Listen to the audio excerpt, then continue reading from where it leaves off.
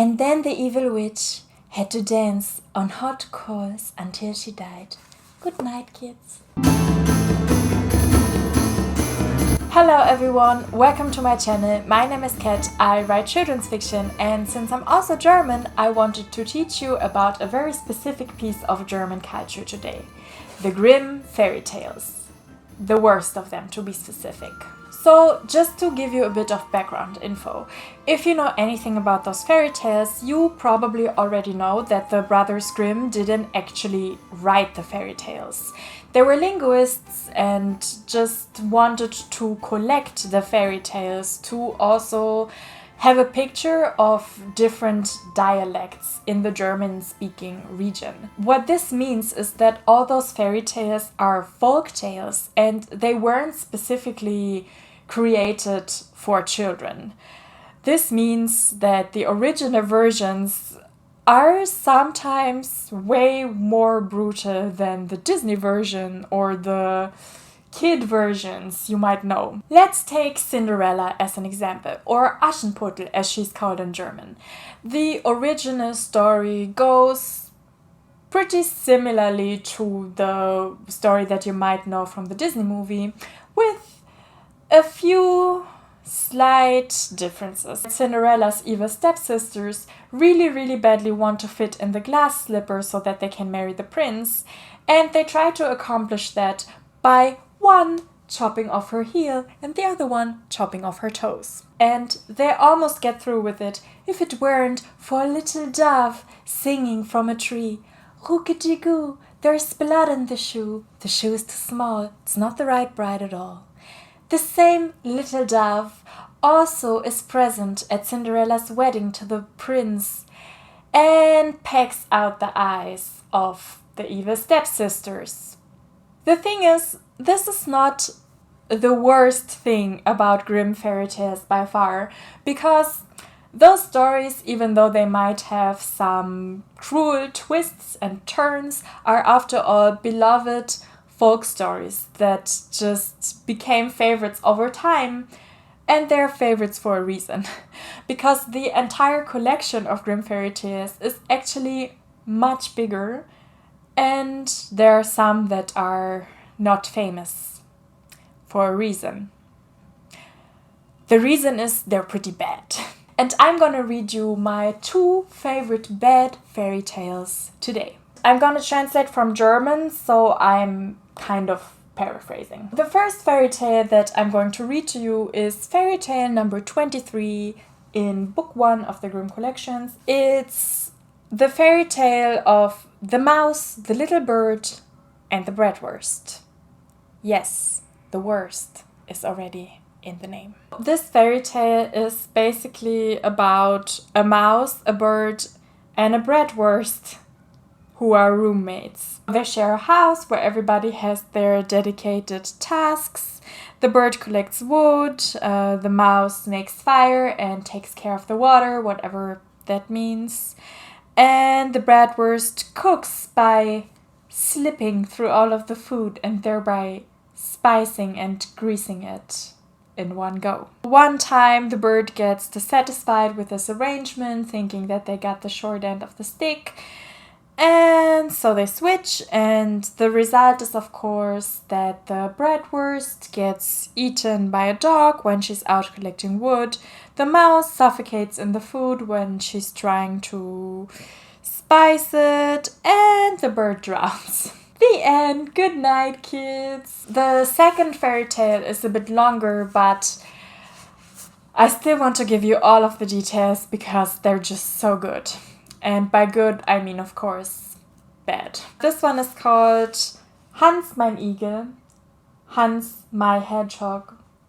Not Hans the Hedgehog, Hans my Hedgehog. And it's fairy tale number 108, and in my book it's in the second book.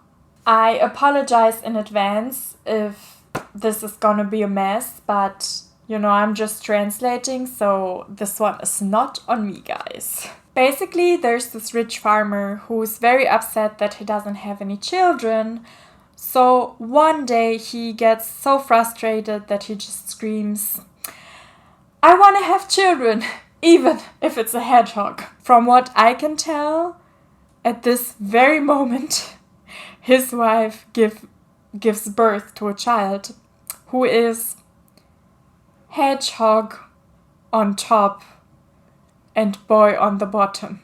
Then they're like, well, we can't name him anything decent, obviously. I guess we'll just name him Hans my Hedgehog. And then they basically put him on a pile of straw behind the oven for like 8 years and leave him there and try not to feed him. So one day when Hans is 8, his dad asks everyone what they want from the market, and some people want socks, others want meat.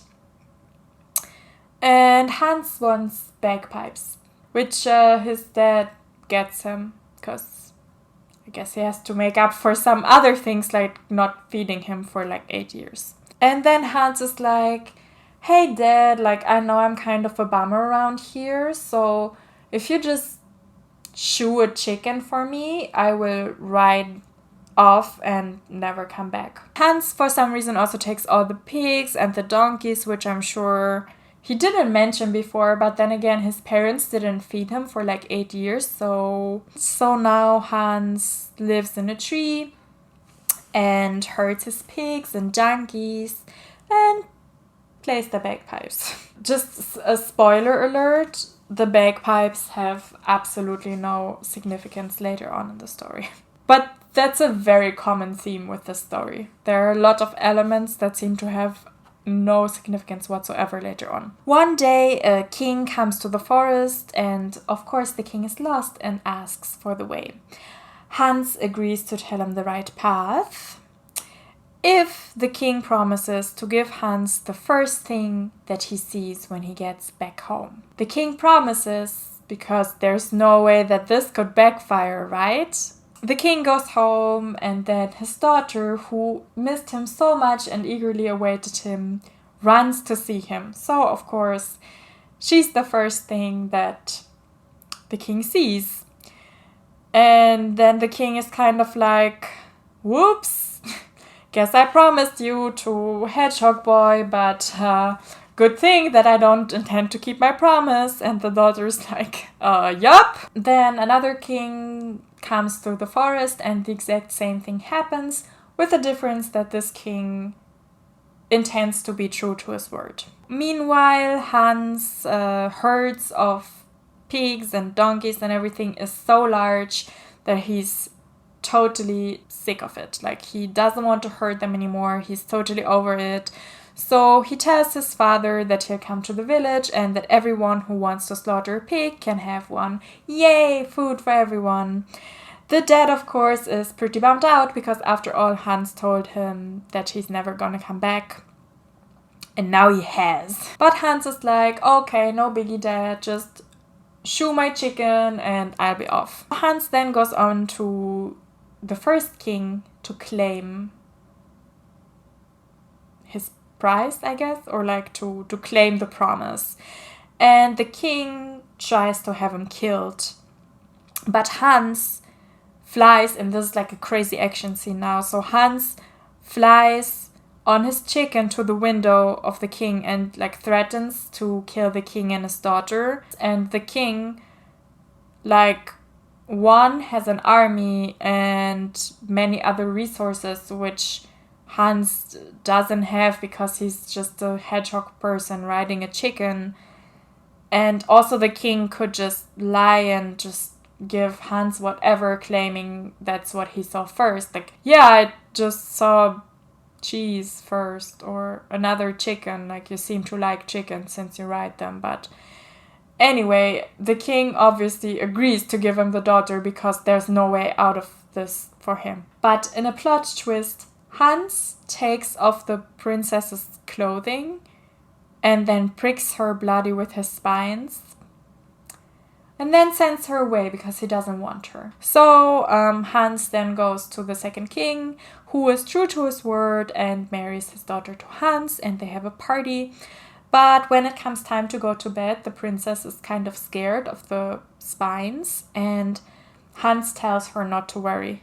All he needs is 4 men and a fire. And then at 11 he just takes off his hedgehog skin because apparently this was an option all along. The men burn it and it works. They clean him up, and of course Hans turns out to be very handsome and nice and shiny. And then they pick up Hans's dad years later and invite him to live in the kingdom with them because, I don't know why the dad deserves the happy ending, but he gets it. And that's the end of the story. Since this is a Grimm story, of course, many people try to interpret a lot about this, but is it worth interpreting? Is it really? Is it? Okay, so those were my two least favorite Grimm fairy tales. So I actually didn't grow up reading those, but I did grow up with the original, more cruel versions of the more popular Grimm fairy tales. So I don't really know what the moral of this video is. Probably just like in My Hedgehog, there's no actual moral. Anyway, so I guess if we learn anything from this, it's one, that some stories stand the test of time better than other stories, and two, that children don't really question violence the same way that parents do. So, I just grew up like, the witch gets burned in the oven, so that seems pretty fair because she's evil, and I never actually questioned a human being burned alive. So I don't know if that's really a moral. Anyway, if you enjoy the topic of fairy tales, then go and check out Rebecca Rodriguez's channel. She is also an author tuber, and as an author, she does fairy tale retellings. So I think you would enjoy her books very much. If you want me to make another video about just the original versions of the more popular Grimm fairy tales, then please let me know. I think it's super interesting how the endings were changed or how other elements were changed. So just drop me a comment, and if there's interest, I get to it. This is all I got for you today. Thank you so much for watching. Like this video if you liked it. Subscribe to my channel if you haven't already, and if you want to see new videos from me every Tuesday, and also come to hang out with me on all of my other social media. I will link everything down below. I am at Cat Sperling Books pretty much everywhere except for Twitter, where I'm at K Sperling Books. Thank you so much for watching, and I will see you next time. Bye!